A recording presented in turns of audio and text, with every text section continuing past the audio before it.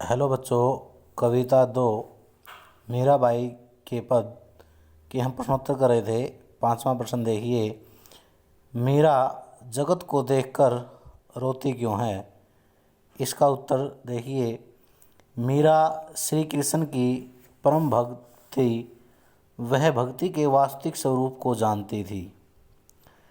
Meera by को पता था कि जो व्यक्ति ईश्वर की भक्ति समर्पण भाव व प्रेम से करता है वह इस जन्म मरण के बंधनों से मुक्त हो जाता है।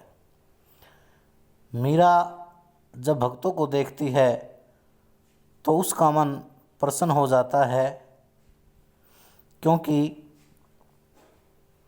भक्त लोग ईश्वर की भक्ति करके मोह माया का त्याग करके इस संसारी रूपी भव बंधन से मुक्त हो जाते हैं। लेकिन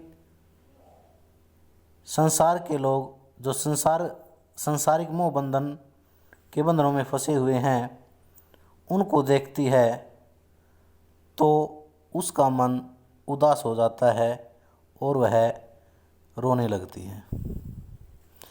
इसके अति लघुतरात्मक प्रश्न देखिए।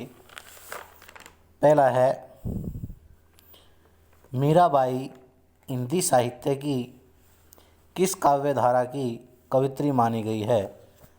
तो इसका उत्तर होगा सगुण कृष्ण भक्ति काव्य धारा की। मीराबाई सगुण भक्ति काव्य धारा की प्रमुख कवित्री मानी गई है। मीराबाई के पदों में मूलतः किस भाषा का वर्णन मिलता है? राजस्थानी व ब्रज भाषा का मिश्रण देखने को मिलता है। मीराबाई का जन्म कब और कहाँ हुआ? तो 1448 ईस्वी मारवाड़ रियासत के कुड़की गांव में इनका जन्म हुआ था। मीराबाई की मृत्यु कब हुई? 1546 ईस्वी में इनकी मृत्यु हुई थी। मीरा किसे अपना आराध्य मानती है? तो वह श्री कृष्ण को अपना आराध्य मानती है। मीरा के गुरु का क्या नाम था? संत कवि रैदास या रविदास कह सकते हैं। रविदास और रैदास एक ही है। मीरा ने अपने पति की पहचान क्या बताई है? तो उन्होंने बताया भाई जिसके सिर पर मोर मुकुट, अर्थात श्री कृष्ण। प्रस्तुत पद में कुल की कहानी का क्या अर्थ है? तो क्या अर्थ है? कुल का विनाश करने वाली।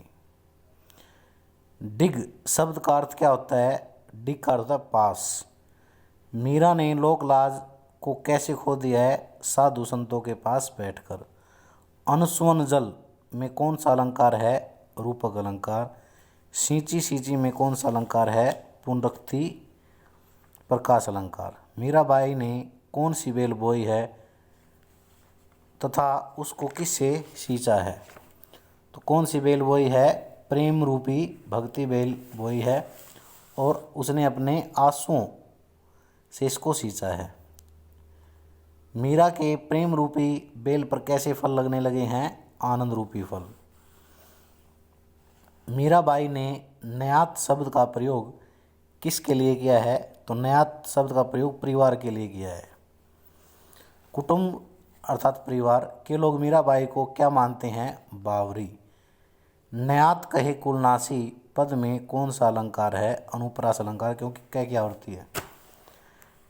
मीराबाई क्या पीकर हंसने लगती है? विष का प्याला। मीराबाई ने किसे अपना प्रभु माना है? गिरधरलाल अर्थात श्री कृष्ण को। बैठी बैठी में कौन सा अलंकार है? पुनरुक्ति प्रकाश अलंकार है। मीरा के पदों में हमें कौन सा गुण तथा रस देखने को मिलता है? प्रसाद गुण व श्रृंगार रस। श्रृंगार में भी वियोग श्रृंगार। इनके प्रश्नोत्तर अच्छी प्रकार से आप समझ करके याद करना।